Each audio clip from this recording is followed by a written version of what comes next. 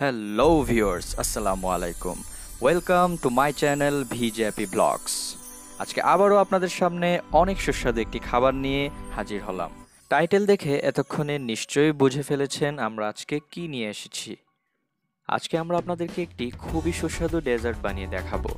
এটি মূলত একটি স্প্যানিশ খাবার। স্পেনে এটিকে লেচে ফ্রিতা বলা হয়। ইংলিশে মিল্ক ফ্রাইড বলতে পারেন, আবার বাংলায় আপনি চাইলে ভাজা দুধ বলতে পারেন। পুরো ভিডিও জুড়ে আমরা আপনাদেরকে এই ডেজার্টটি কিভাবে বানাবেন তার সবকিছুই দেখাবো। পুরো ভিডিওটি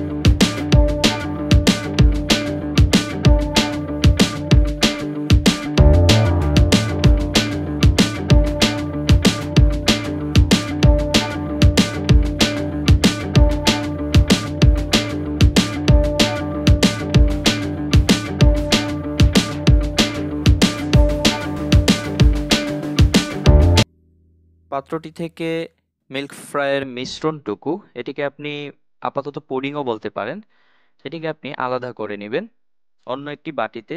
ভিডিওতে যেভাবে দেখানো হচ্ছে ঠিক সেভাবে অন্য একটি বাটিতে আলাদা করে নিন।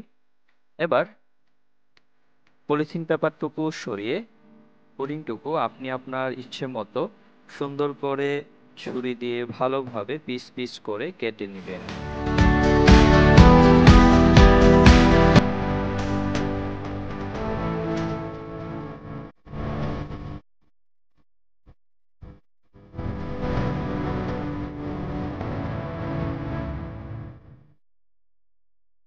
এবার ভিডিওতে যেভাবে দেখানো হচ্ছে ঠিক সেভাবে দুধের এই পুডিংগুলোকে প্রথমে আপনি চাইলে ডিমে প্রথমে ভালোভাবে মাখিয়ে, তারপর ময়দায় মাখিয়ে, তারপর আবারও ডিমে মাখিয়ে সেগুলোকে বিস্কিটের গুঁড়ো দিয়ে ভালোভাবে মাখিয়ে ভেজে নিতে পারেন। আবার অন্যভাবে আপনি যদি চান তাহলে প্রথমে এই পুডিংটুকুকে ময়দায় ভালোভাবে মাখিয়ে, তারপর ডিমে মাখিয়ে, তারপর আপনি বিস্কিটের গুঁড়ো দিয়ে ভালোভাবে মাখিয়ে ভেজে নিতে পারেন। এটা সম্পূর্ণ আপনার নিজের ইচ্ছা।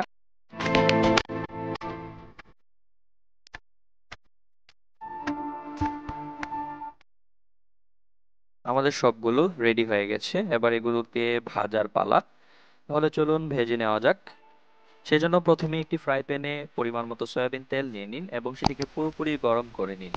এবার চুলার আগুন কমিয়ে আপনার তৈরিকৃত মিল্ক ফ্রাইয়ের মিশ্রণগুলো একটি একটি করে ফ্রাই প্যানে ছেড়ে দিন এবং ভালোভাবে ভেজে নেবেন।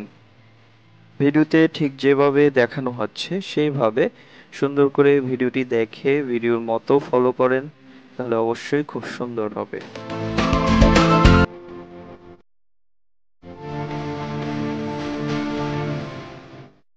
তৈরি হয়ে গেল অসম্ভব মজার একটি ডেজার্ট, লেচে ফিতা বা ভাজা দুধ অথবা স্প্যানিশ মিল্ক ফ্রাই। তাহলে এবার এটিকে কেটে দেখানো যাক ঠিক কিরকম হয়েছে। দেখুন আমাদের মিল্ক ফ্রাইটুকু ঠিক কিরকম হয়েছে। ভেতরটা একদমই নরম, খুবই সুস্বাদু হয়েছে। আপনারাও ট্রাই করতে পারেন এবং ট্রাই করলে অবশ্যই আমাকে কমেন্ট করে জানাবেন। ধন্যবাদ পুরো ভিডিওটি দেখার জন্য। ভিডিওটি ভালো লাগলে অবশ্যই লাইক করবেন, কমেন্ট করবেন এবং শেয়ার করে সবার মাঝে ছড়িয়ে দিবেন। দেখা হবে অন্য কোনো দিন অন্য কোনো ভিডিওতে। সেই পর্যন্ত ভালো থাকুন, সুস্থ থাকুন। যারা এখনো আমার চ্যানেলটি সাবস্ক্রাইব করেননি তারা অবশ্যই আমার চ্যানেলটি সাবস্ক্রাইব করবেন এবং আমার চ্যানেলে থাকা বাকি রান্নার ভিডিও সহ আরও অনেক ধরনের ভিডিও রয়েছে, সেগুলো দেখতে পারেন।